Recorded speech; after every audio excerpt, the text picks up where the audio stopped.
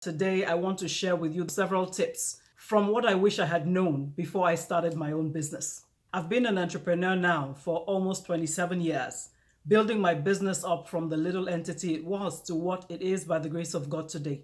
And I have a particular passion to help other aspiring early and growth phase entrepreneurs to start, build, scale, and sustain their businesses. And so I want to do this leveraging on my experience and hoping that in this journey, I would also help them to have a shorter, less expensive, less risky learning curve. The first thing I wish I had known is this, that it was very important for me to think through in advance who I wanted to bring on board the business with me, as shareholders, that is, that I needed to think about their characters, their competencies, their value systems, and see how much alignment there was with mine. It would also have been great to know that I didn't necessarily have to bring all my shareholders on board as directors. Actually, governance rules ask you to try to have as much independence as you can between your shareholding and the board of directors that have a clear fiduciary responsibility to the company, whereas shareholders are thinking about the naira, dollars, and cents at the end of the day. And of course, in constituting a board, that it was also then important to again think about character, composition, competence, value systems. I wish I had known some of these things. And why is this important? Because if you are starting your business, you also need to be able to think this through so that you don't make some of the kinds of mistakes that I've made. Why? Because equity has a permanence that is attached to it. If you bring on board somebody or a group of people who have a totally diametrically opposed set of values to yours, for instance, that's going to make for a lot of problems in the direction of the business, in your board meetings, and so on. And perhaps if you've already done this and made some mistakes that you're wallowing in now, my counsel to you is that you stop right where you are and resolve it as quickly as you can while it is less expensive, because as your business grows and thrives all the more, I promise you there's a bit bigger battle that is up ahead, and I can tell you this from very personal experience. The second thing I wish I knew about before I started my business was this beautiful thing we call business planning. I mean, literally, I had never heard about it.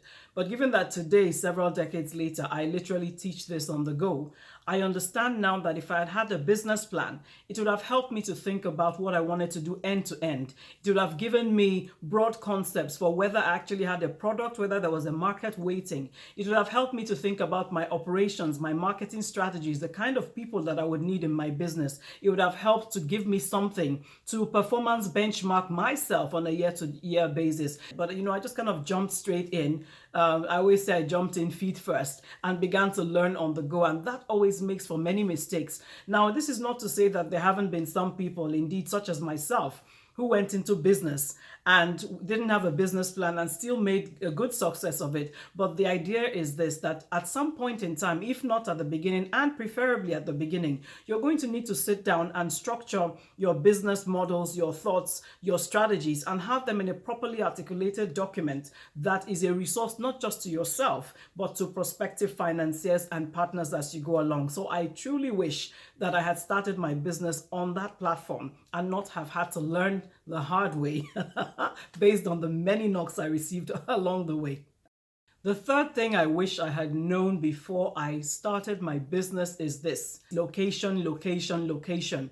Perhaps not from the perspective that you are thinking of. For me, I wish someone had told me that because of the kind of business I was in the first few years, I would be the one going to my prospective customers and clients and not them coming to me. Why is that important? Because I could then have used the limited resources that I had. And instead of looking for a front-facing office on a major road that I could ill afford and trying to furnish it with resources that I barely had, I would have had some nice small place where I would have started and just focused on creating a comfortable ambience that I could work in while trying to get my business known out there. So this is the thing, therefore. It's a question to you as you start your business or on the journey. Must you be in that major store, that major mall, on that major street, in that major high rise? Or perhaps in retrospect, you want to look for a smaller space and just use some nice paintings and nice flashes of color and mirrors to create a pleasant atmosphere where your brain can, be activated and charged up. And quite frankly, in the times that we're in, leverage it on technology. Perhaps you want to work from home, right? Or perhaps you just want to take advantage of some of the co-work locations that are available. That's a key thing, because I mean, it's just been such a learning that literally at the point I was starting out, I did not need a fraction of what I had. And those resources could have been better deployed to income generating activities rather than to this non-income generating expenditure that I then looped on myself. The fourth thing, I wish I had understood the finance fundamentals, the money side of the business a bit better when I started out. To be fair to myself, I had done my first MBA in banking and finance, so I did understand and put into practice those things around accounting, around bookkeeping. But you see, when you understand those fundamentals and how they play out in practice all the more, for instance, as simple as the payment cycles within the industry, it would have helped me better with my cash flow management, with liquidity management and all that. And I also believe that if I had a better understanding of the numbers of my business early on and how it impacted on my planning, it would have saved me a lot of time, a lot of mistakes, a lot of losses at the end of the day. I also wish that I had a clearer appreciation and understanding for how the banking and finance sector worked. You know, we as SMEs, we tend to spend a lot of time going on about how banks don't support SMEs. But the truth is, when I think back to that time, before I started my business and in the early days, I didn't have any financial model in place. I didn't have a clear business model, like I told you earlier. I didn't understand the financial risk of my business. I had no way of doing my projections. I had no clear cash flows and so on and so forth. So when you consider the risk profile of the business, honestly speaking, we were clearly very high risk to any potential financier. And, you know, when I look back now, I say that if I was a bank in those days, I wouldn't have financed myself. You know, I also wish that beyond banking, that I had had an understanding before I started my business that there were actually other opportunities that were open to me as an entrepreneur in terms of grants, in terms of special SME intervention funds, in terms of some institutional financing, development finance institutions, for instance, that had a particular SME focus that perhaps might have made my journey and my sourcing funding for my business a bit better. Those avenues are open to us to learn and grow today, but back then I totally had no clue they existed. This is important because as an entrepreneur, you also have to have a sense of what is available out there and what you can tap into depending on your industry, your sector, and what great thing you want to do with your business. The fifth thing and the last which I want to share with you today is this. Before I started my business, I wish I had had a better sense of appreciation about how the knowledge of the industry and the broader macroeconomic issues would play out in the business I wanted to do. Perhaps if I had done a business plan, that would have happened, but I told you I didn't, right? So here's the thing, I just jumped in. Not understanding the industry dynamics. I didn't understand what the value chain looked like. I didn't have a sense of who the competitors were. I didn't understand the key drivers of growth and success. I didn't understand the opportunity landscape or the challenges that lay ahead.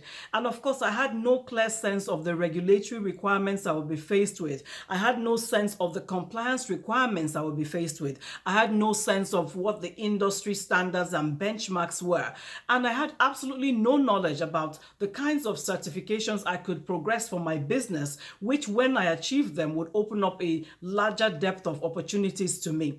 And so there I was, just jumping in my own little world, oblivious to certain things and just making mistakes based on a very narrow set of assumptions as to what I felt I needed to know.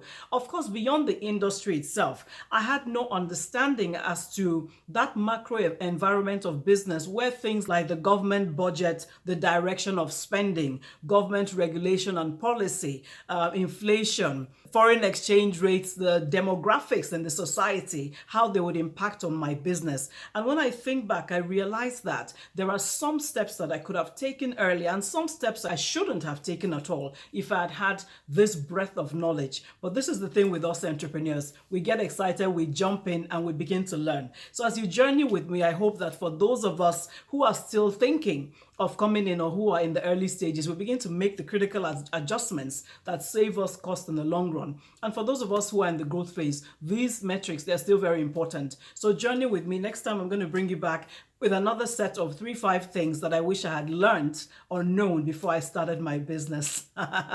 Take care.